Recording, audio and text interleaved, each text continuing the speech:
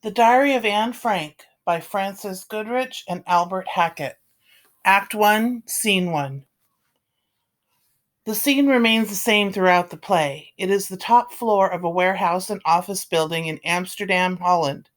The sharply peaked roof of the building is outlined against a sea of other rooftops, stretching away into the distance. Nearby is the belfry of a church tower, the Westorten, whose carillon rings out the hours. Occasionally faint sounds float up from below. The voices of children playing in the street, the tramp of marching feet, a boat whistle from the canal. The three rooms of the top floor and a small attic space above are exposed to our view. The largest of the rooms is in the center, with two small rooms, slightly raised, on either side. On the right is a bathroom out of sight. A narrow, steep flight of stairs at the back leads up to the attic. The rooms are sparsely furnished with a few chairs, cots, a table or two. The windows are painted over or covered with makeshift blackout curtains. In the main room, there is a sink, a gas ring for cooking, and a wood-burning stove for warmth. The room on the left is hardly more than a closet. There is a skylight in the sloping ceiling. Directly under this room is a small, steep stairwell with steps leading down to a door. This is the only entrance from the building below. When the door is opened, we see that it has been concealed on the outer side by a bookcase attached to it. The curtain rises on an empty stage. It is late afternoon, November 1945. The rooms are dusty, the curtains in rags. Chairs and tables are overturned. The door at the foot of the small stairwell swings open. Mr. Frank comes up the steps into view. He is a gentle, cultured European in his middle years. There is still a trace of a German accent in his speech. He stands looking slowly around, making a supreme effort at self-control. He is weak, ill. His clothes are threadbare. After a second, he drops his rucksack on the couch and moves slowly about. He opens the door to one of the smaller rooms and then abruptly closes it again, turning away. He goes to the window at the back, looking off at the Westorten as its carillon strikes the hour of 6. Then he moves restlessly on. From the street below, we hear the sound of a barrel organ and children's voices at play.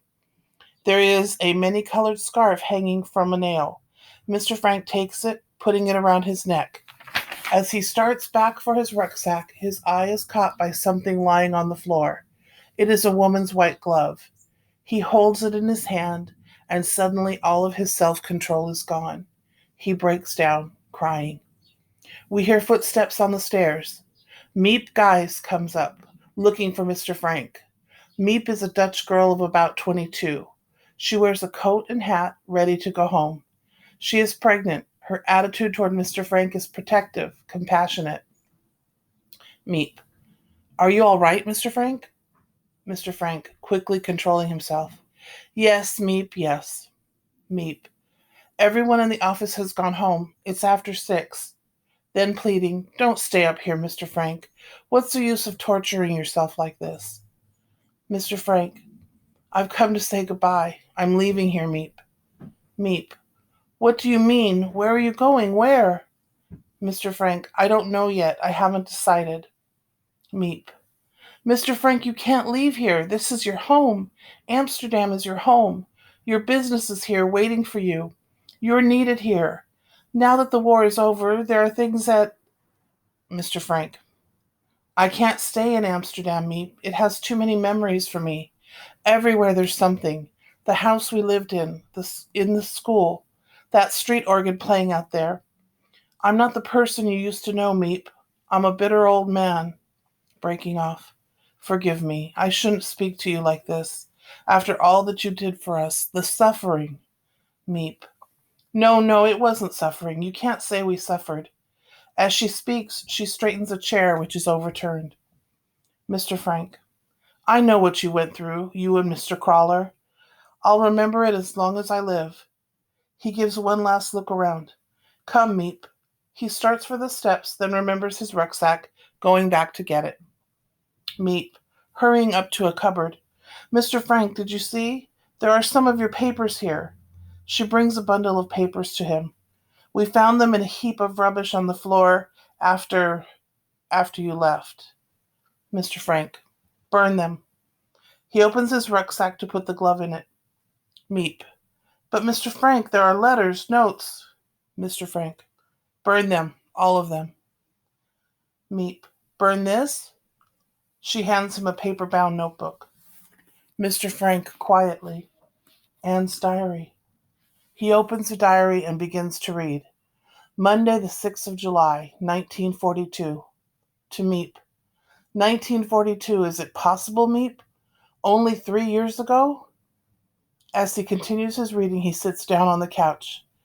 Dear Diary, since you and I are going to be great friends, I will start by telling you about myself.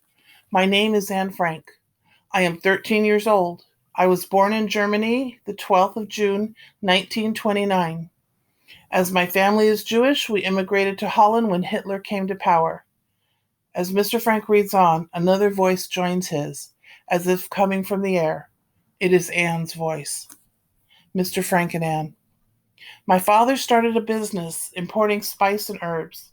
Things went well for us until 1940. Then the war came and the Dutch capitulation, followed by the arrival of the Germans. Then things got very bad for the Jews. Mr. Frank's voice dies out. Anne's voice continues alone. The lights dim slowly to darkness. The curtain falls on the scene. Anne's voice. You could not do this and you could not do that. They forced Father out of business. We had to wear yellow stars. I had to turn in my bike. I couldn't go to a Dutch school anymore. I couldn't go to the movies or ride in an automobile or even on a streetcar and a million other things. But somehow we children still managed to have fun. Yesterday, Father told me we were going into hiding. Where, he wouldn't say. At 5 o'clock this morning, Mother woke me and told me to hurry and get dressed. I was to put on as many clothes as I could. It would look too suspicious if we walked along carrying suitcases. It wasn't until we were on our way that I learned where we were going. Our hiding place was to be upstairs in the building where Father used to have his business. 3 other people were coming with us, the Van Dans, and their son Peter. Father knew the Van Dans, but we had never met them. During the last lines, the curtain rises on the scene. The lights dim on. Anne's voice fades out.